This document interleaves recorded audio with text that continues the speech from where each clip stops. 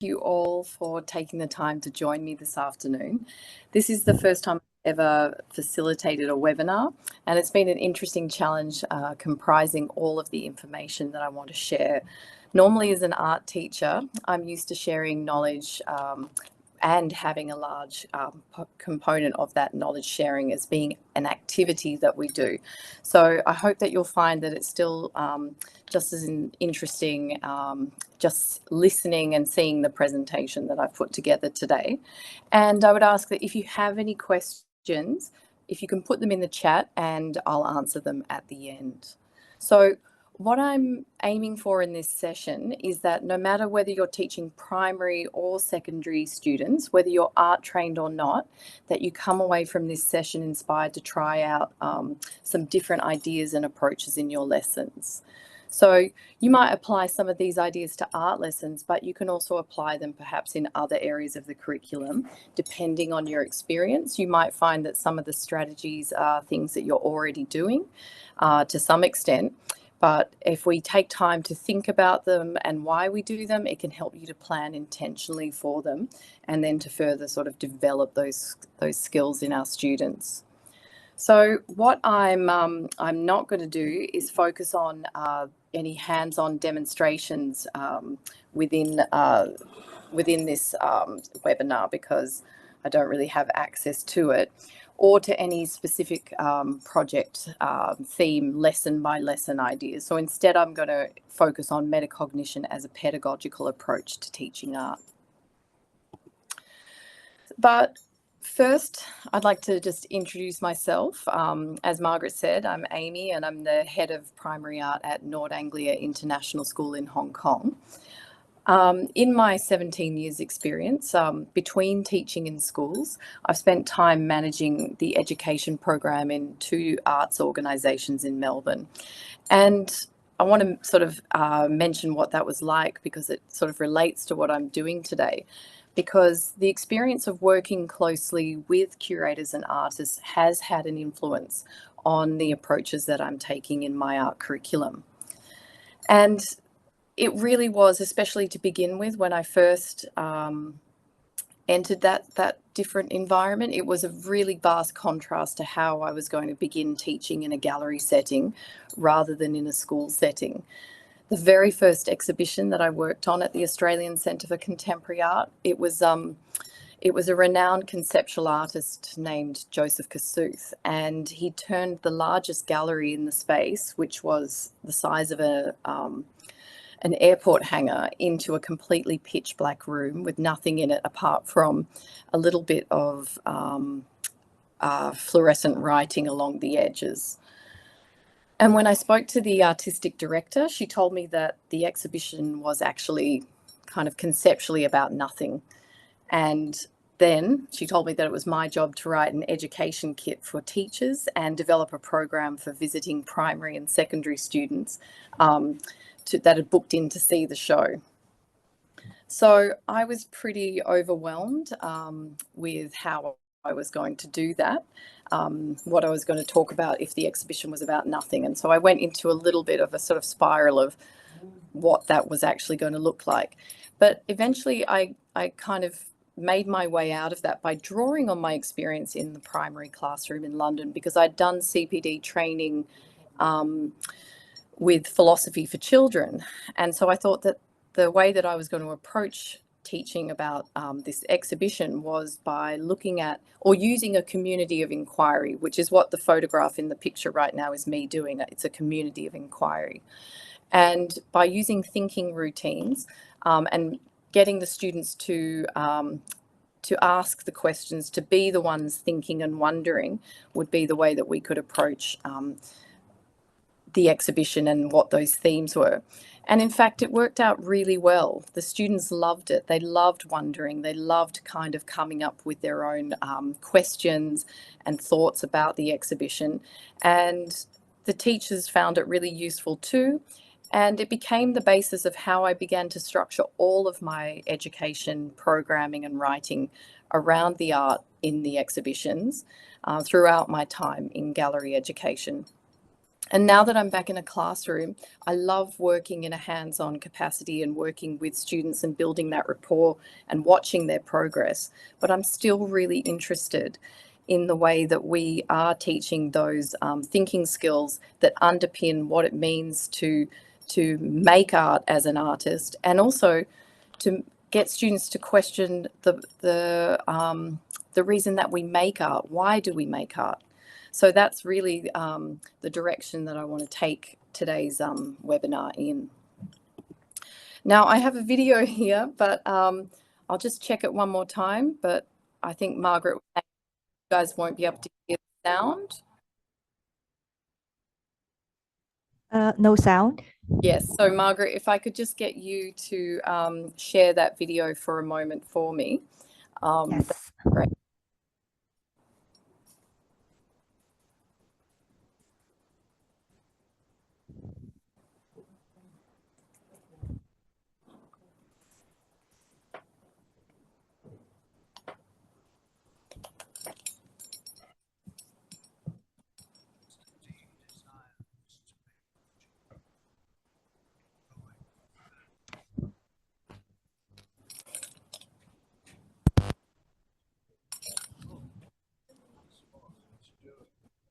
It was really when I was at art school that I started to see the relationship between history, philosophy, politics, and art. Prior to that, I thought that art was just making pretty pictures. Actually, art is connected to, life. You can't teach art in the same way you could teach French. French exists whether you do it or not. But when you're doing art, the center of doing art is in yourself. Most of the literate subjects do not ask that of them. So this develops an entirely different realm of skill. Creativity is critical thinking. And without it, how are you going to really open up and ask harder questions? And art opens all of those kind of passages and possibilities to think beyond what we already know. In a child's education, that doors need to be open to other universes, other modes of thinking. And art is a non-predescribed, dangerous world full of possibility. And I think it's a vital space for children to have in the formative years of their education. From a top-down level, you don't have innovation if you don't have arts. It's as simple as that. It doesn't matter if you're going to study history or geography or science, you still need to be creative. Because the people who are the outliers in those fields are the most creative people. To have art in schools be eroded, which is happening at the moment, is disastrous for Britain, I think, because our best industry is the creative industry. Art and cultural production is at the very center of what makes a society what it is. And for an entire new generation not to know what is the cultural and visual history of ourselves is kind of denying our own identity. Art is a reflection of the society that we are, the kind of mirror that art holds up, the way that art helps define the identity of a nation, that you can trace that back historically. It's deeply embedded in humanity. What art education does to people who are not going to be artists is giving them the opportunity to build certain aspect of themselves that otherwise will be either ignored, undeveloped, or repressed. It's all about kids finding out who they are, and they're all different. Whatever you want to be is something that art certainly taught me. It can access a part of your brain, body, spirit, mind that nothing else can. Nothing is more stimulating, exciting, consoling than looking at a brilliant painting. Art in schools shouldn't be sidelined. I think it should be right there, right in the front. Because I think art teaches you to deal with the world around you. It's the oxygen that actually makes all the other subjects breathe. There's a great quote on John Foster. Art shows us what it is to be human. And really that's why art should be on the curriculum. Okay, thank you. Okay, So I wanted to share that video just to begin with, because if we're starting to get our students to think like artists, hearing from artists about why they think art education is important, I think is at the core of what we want to do. I also want to share this quote. What can art classes offer to both aspiring artists and students who have other interests and goals? Sorry to interrupt, Amy. Are you Yes. showing your slide? I should be, yes. There's no slide on the screen. Oh, I see. Okay, hang on. Just let me come back to the call. Just a moment. Okay, so share screen. Okay. Can you see that should be better? And then I'll just bring my screen back. How's that? It's all black. There's no screen, no slide on the screen. Okay, hang on. Let's see.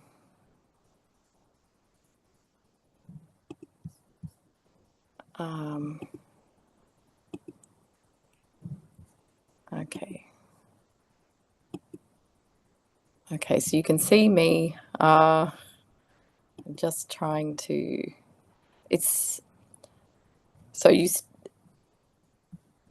Maybe I'll just stop sharing and I'll just start the whole thing again. I apologize about this. Hello.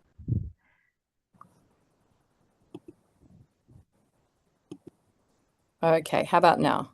Yes. Okay, great. Okay, thank you. I apologize. Okay, so what can art classes offer to both aspiring artists and students who have other interests and goals? Here's an answer. Thinking skills. Thinking skills are essential to all learners, and both art creation and encountering art provide opportunities for complex thinking and therefore for honing conceptual skills. Beyond that, art experiences can spur students to reflect on how they think and expand and refine their thinking. That is to say, art classes can cultivate metacognition. At the heart of my presentation today is the idea that in our art curriculum, we want to teach students to think like artists. And that's a quote from Art Studio's Thinking Lab research that was done by Marshall and D'Adamo in 2018. And I wanted to highlight that because when teaching art as educators, I think it helps us to remember that we're teaching so much more than just the disciplinary art making skills. There's so much more that goes on in our lessons that we just need to think about and harness that. Okay. So moving into metacognition, here at Nord Anglia, Hong Kong, our school is currently piloting a metacognition research project in partnership with Boston College. And what we refer to as the learner ambitions are 6 key attributes and dispositions that essentially are ways of thinking, being, and doing.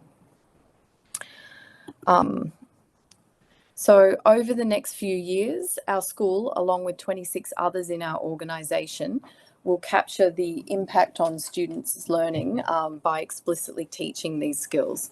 And for me personally, this particular framework is what I use as an underpinning to teaching thinking skills within the art curriculum.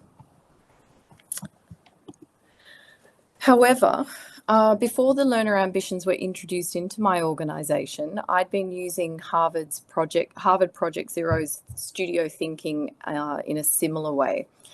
The studio thinking project took place between 2001 and 2007, and within it they developed the 8 studio habits of mind, which are the key habits utilised by artists in their practice. The premise of the project was that by embedding these habits within the art curriculum, educators can teach students how to be creative. And many of you might be familiar with them or already using them within your classroom practice.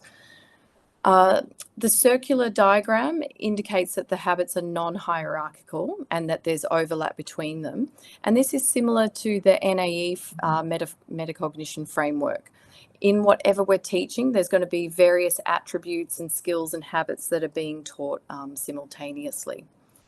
So for me, I'm using both of these frameworks. There is a lot of overlap. And so by the end of this session, if you're taking away any ideas or resources or approaches to implement in your own teaching, you'll find that they could connect to either.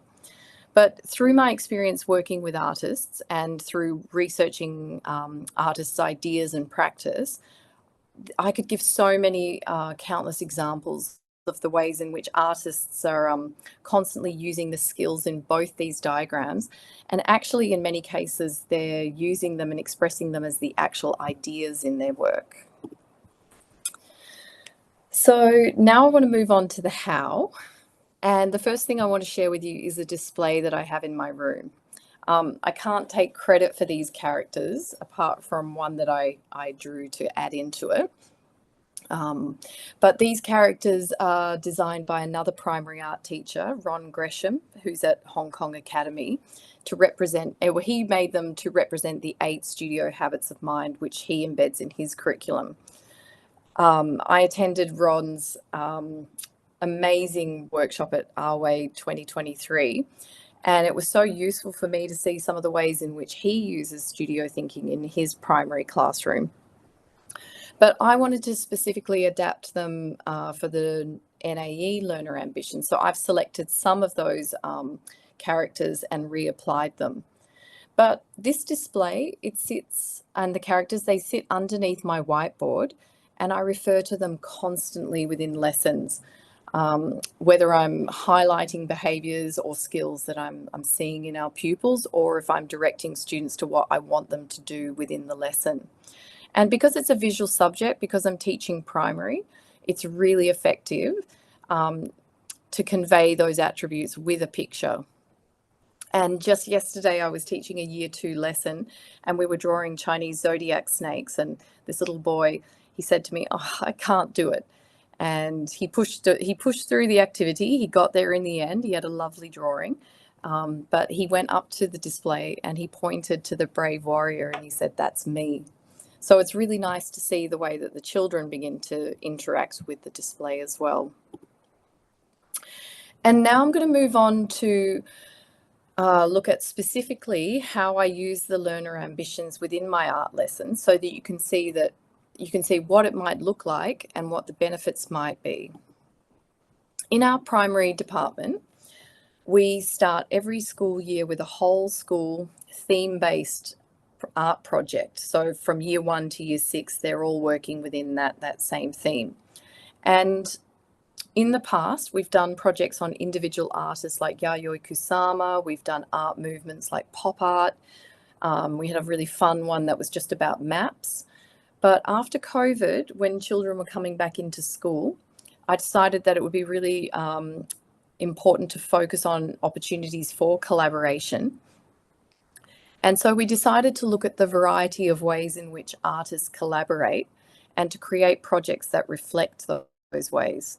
Now, collaboration can be as simple as something like working in a group to create an artwork, but the great thing is when you really start to think like artists and to wonder about, well, what ways do artists actually collaborate? There are so many other exciting ways that you can do it, whether it's through across disciplines, working with brands to create products, collaborating with the audience by inviting them to contribute to the making of an artwork. So there is a lot of scope that you can use if you start to think in different ways about what collaboration in the art room is. For this Year 4 project, we took inspiration from the cartoonist Saul Steinberg, who worked for The New Yorker, and the photographer Inga Marath. And they made this collaboration up here with the black and white photograph in the 1950s. And this was a nice way, I thought, to balance independent expression, which the students were doing within their own mask making, but then with the play and the excitement within the collaborative photography, because sometimes you'll find that you'll get certain students who find it really difficult to give up some creative control over what they're making in their work. So there are still going to be positive collaborations that can come for every student, no matter what way they enjoy working.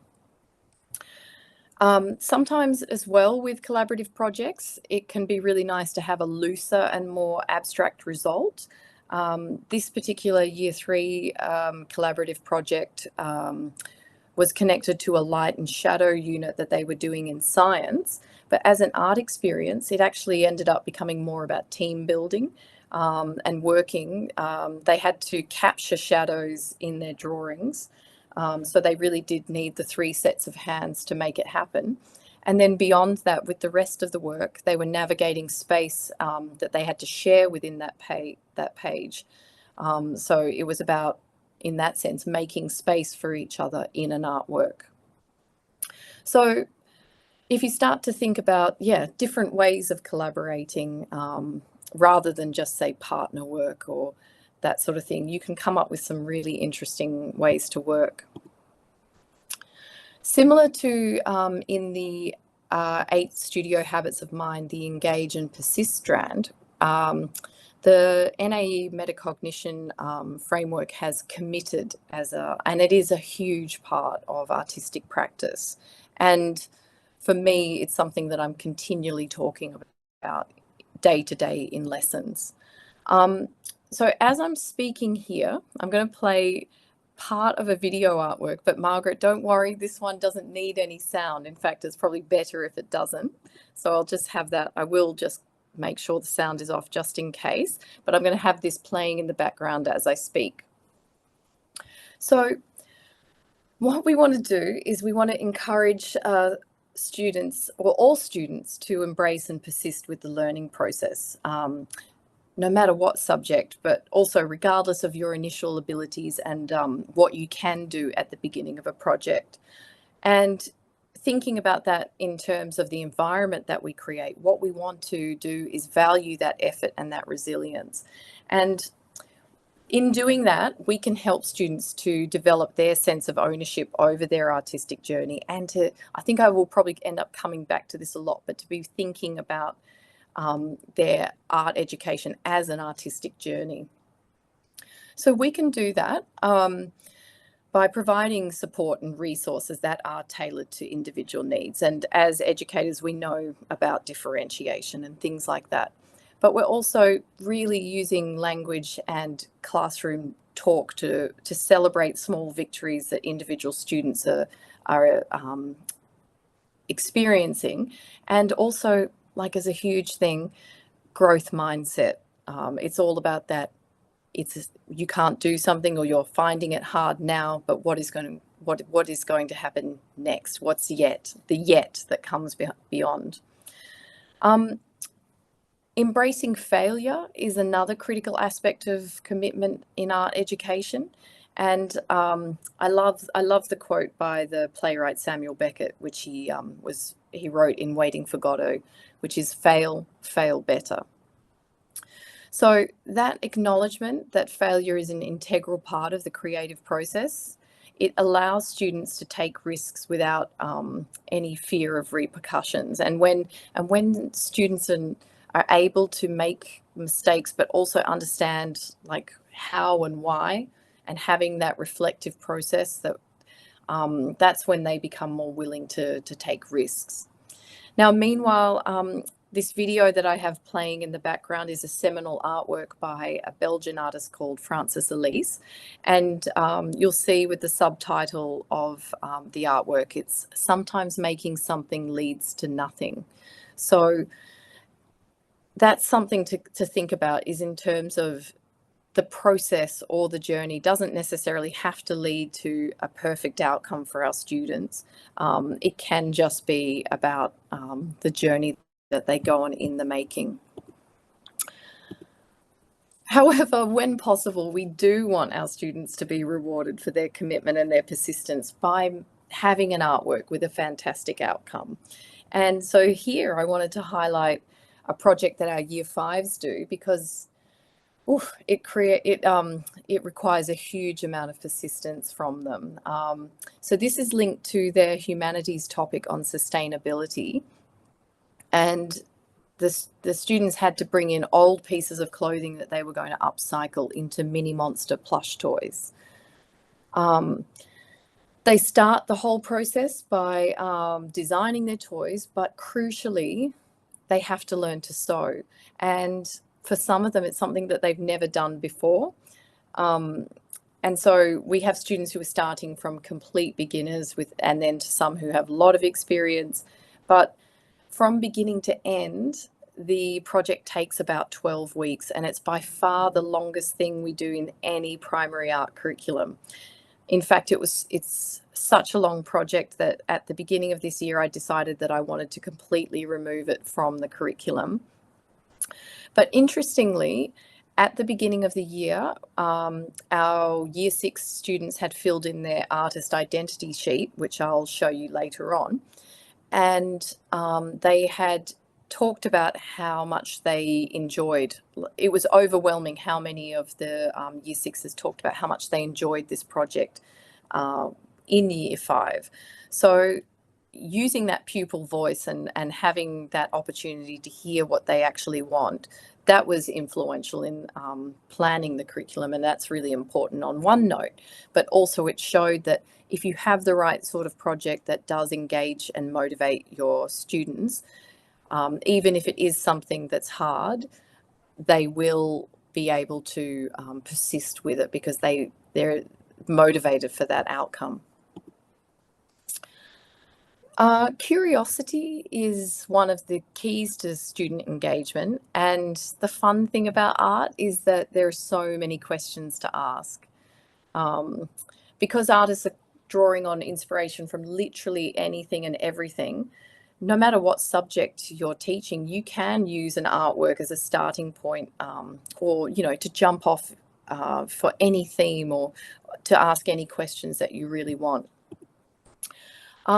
I'm not sure if this is going to work so well with for me right now, because I was going to ask you to write your observations into the chat, but actually in my screen share, I can't see the chat. So I'll just explain what this particular thinking process and strategy is. So in my classroom, I would put an image like this up on the board as a warm-up activity before starting a hands-on activity.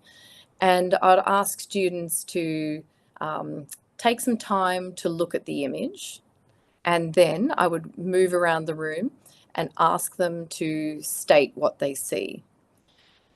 As you can imagine, especially with primary age students, it starts off as pretty literal. They're going to say things like, I can see an orange floor. I can see green walls. I can see 7 people in the picture.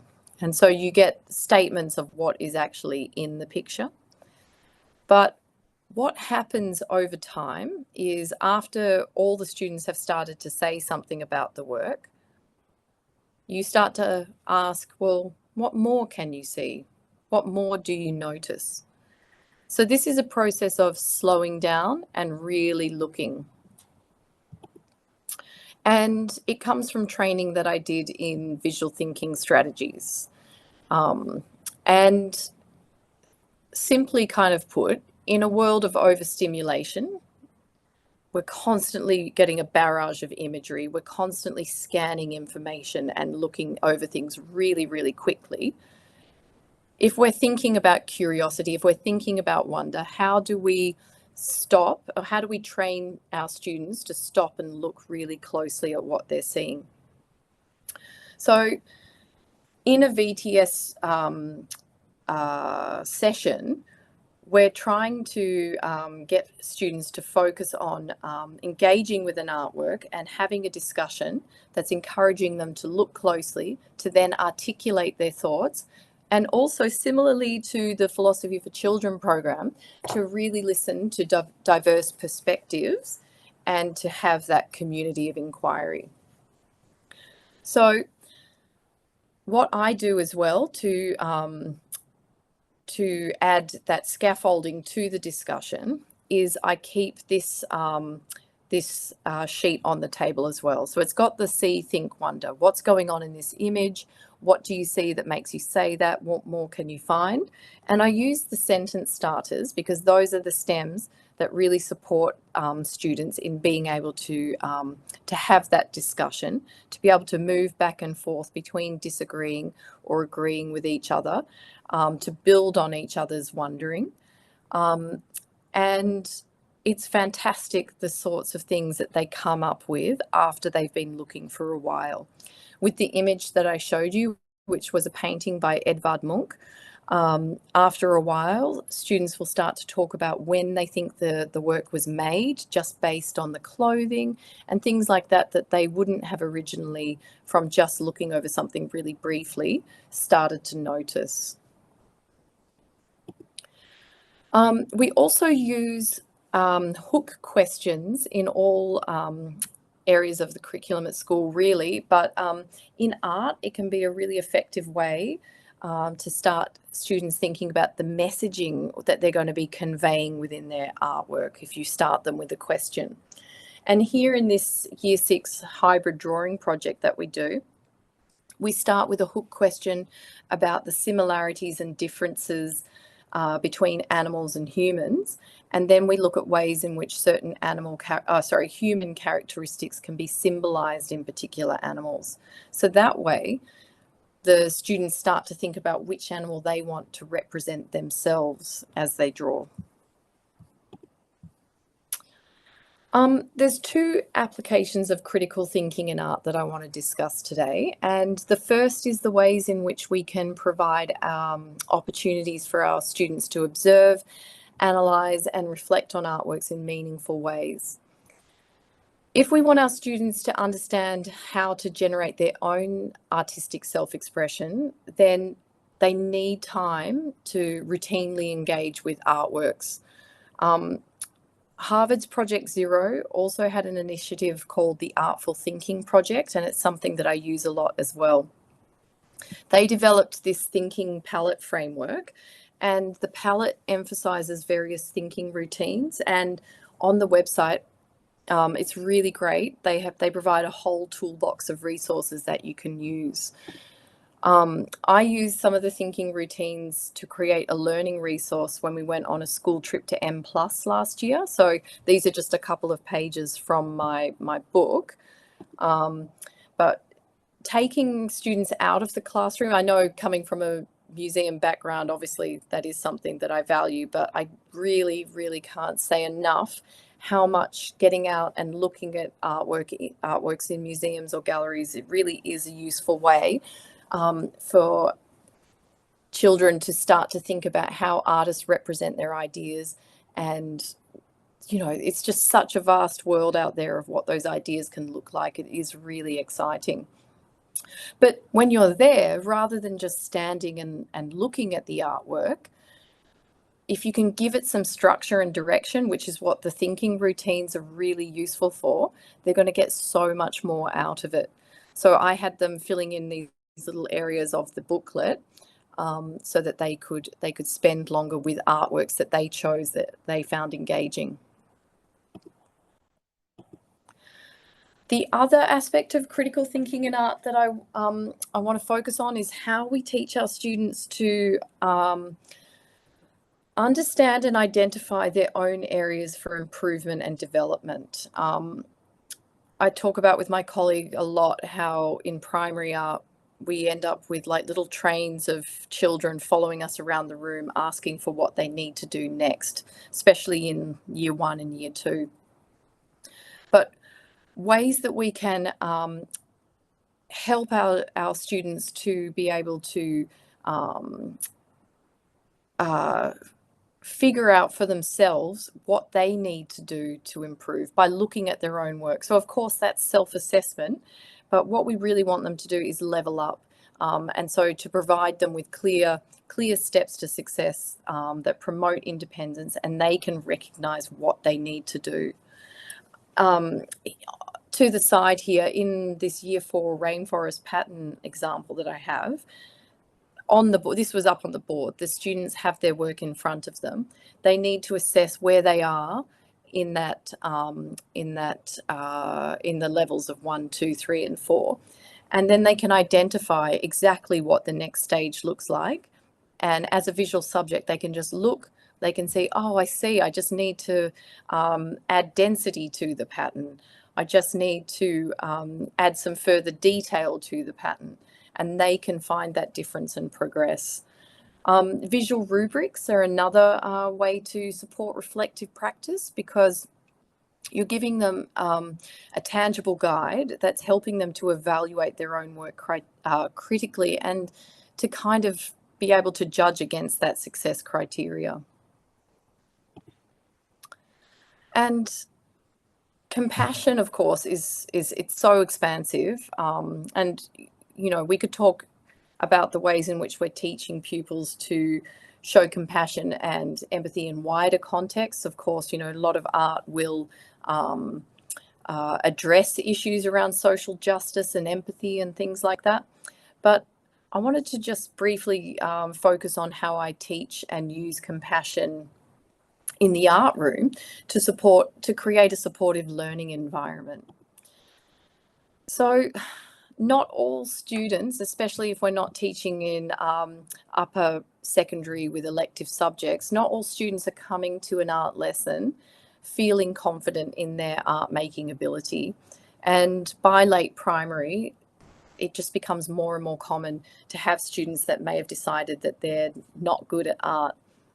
So ultimately, what we want is for all students to experience enjoyment and confidence in the making and creating process. That's at the heart, really, of what, you know, if you think about what you want them to take away. So the practical approach here is that we have to foster a supportive art making environment. And so we need to be intentional about how we do that. The bottom example here is a little art room charter that I have at the front of my room. I'm sure at many of your schools in primary classes, the students collectively generate a charter for their own behaviours, attitudes, expectations that they decide collectively that they're all going to abide by. That's not something I've really been able to do because I teach so many classes, but I've created my own charter or values list, because at least then, if I'm referring to it and getting them to refer to it, then they know that that's what that expectation in the art room is. So I regularly refer to it. It talks about, you know, celebrating success. It talks about being open-minded. And the great thing is that a lot of those values that we have in it reflect back on the school values list, which is the poster that's sat next to it. And similarly to when I spend time, especially at the end of the lesson, highlighting and commending children who are showing commitment, I always go back to highlighting and rewarding students who are I've overheard doing things like showing support and positivity within the art room. Another way in which I sort of intentionally structure that compassion feeds into gallery walks. So, of course, gallery walks are used at the end of the lesson for celebrating work, but also for peer assessment. But it's really important that as that peer assessment and that class discussion is happening, that we are structuring that feedback and teaching students how to give feedback that is specific and constructive, but also that is compassionate and it is positive. So I keep a sentence stem that they can work from that helps them to structure those sentences. And finally, we come to creativity. So, of course, it's the attribute that's most closely linked with art education. And as I mentioned earlier, the 8 studio habits of mind are all utilised in order to create or to generate creativity. So the first thing that I would note is that by embedding all the other learner ambitions, similarly to the 8 studio habits of mind, we're using those as the building blocks of what students are going to need to be creative.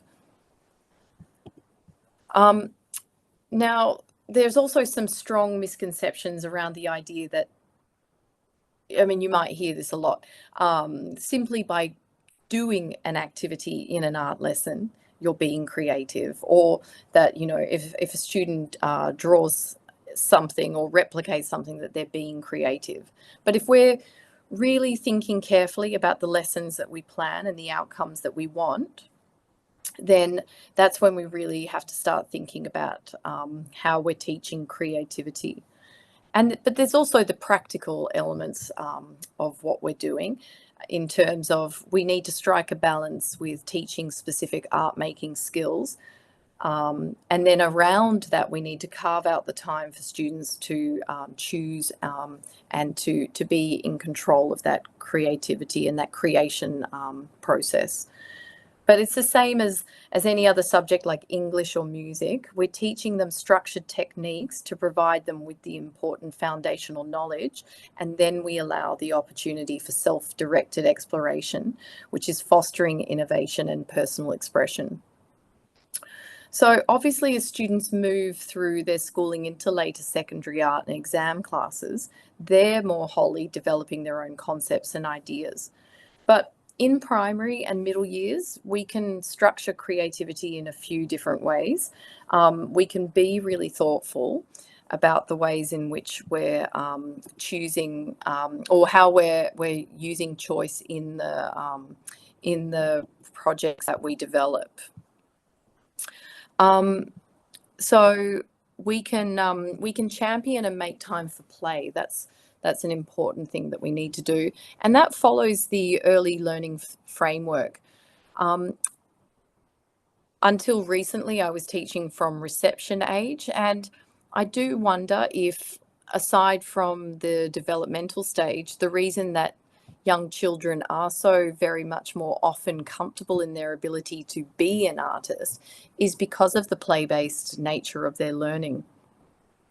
And of course, as they move through school, the opportunities for play become less frequent. So if we can allow starter and activity time that focuses on play and experimentation with a material or technique or a theme, and if we can place more emphasis on the process of the making as opposed to the outcome, it would be amazing to be able to bring back that confidence and that comfortability with creation that young children have. And again, it's something that a lot of contemporary artists talk about, both that childlike playfulness and how important it is to their practice. But in that, valuing process is also highly important. So even in the language we use and the way we discuss the activity, we're sending a message to our students about what should be valued.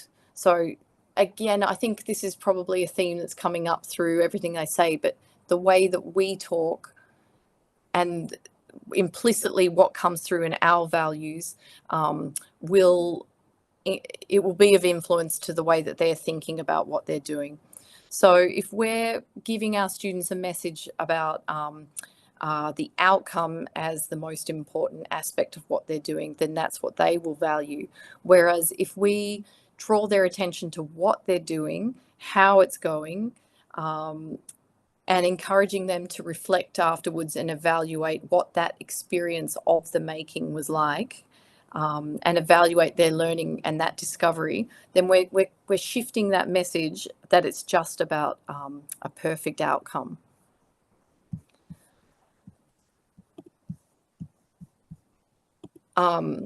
So I wanted to show just a little playful activity that we do, and that's a collaborative Year 6 abstract expressionist project. And it really does focus on process and play and experimentation. In groups, the students are experimenting with gesture and mark making and just seeing what happens with line work. Then they move into playing with collage and masking, and then with peeling and layering. and finally with color mixing and action painting. And the results can be disastrous, but they can also be wonderful.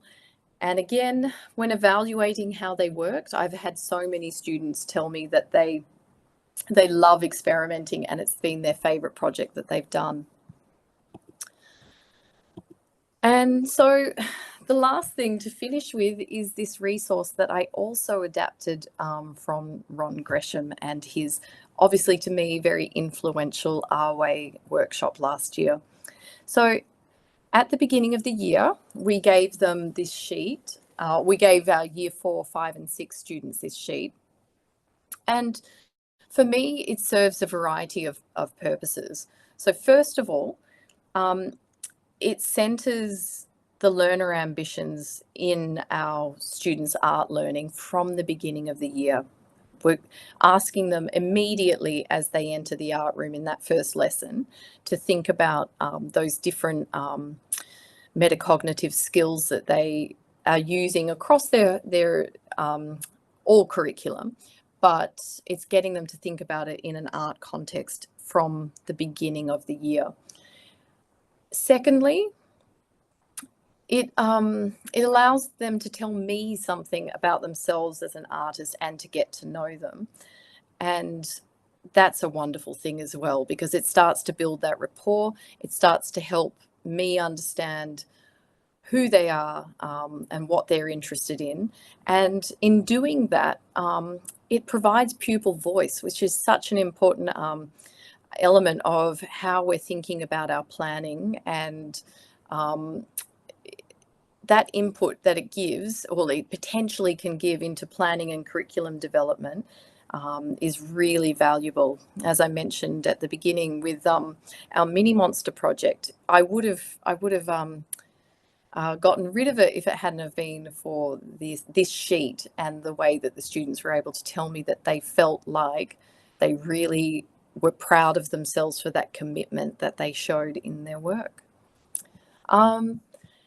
And so, yes, that is where I end. I've put together here a list of resources from different websites and toolboxes that I use to address all of those different areas of metacognition. So I hope that some of these will be useful to you. I also just added in larger screens if you want to just so you can just photocopy and use these as sentence stems within your own work, own lessons. But yes, that's it. And so if anyone has any questions now, I'd be happy to help.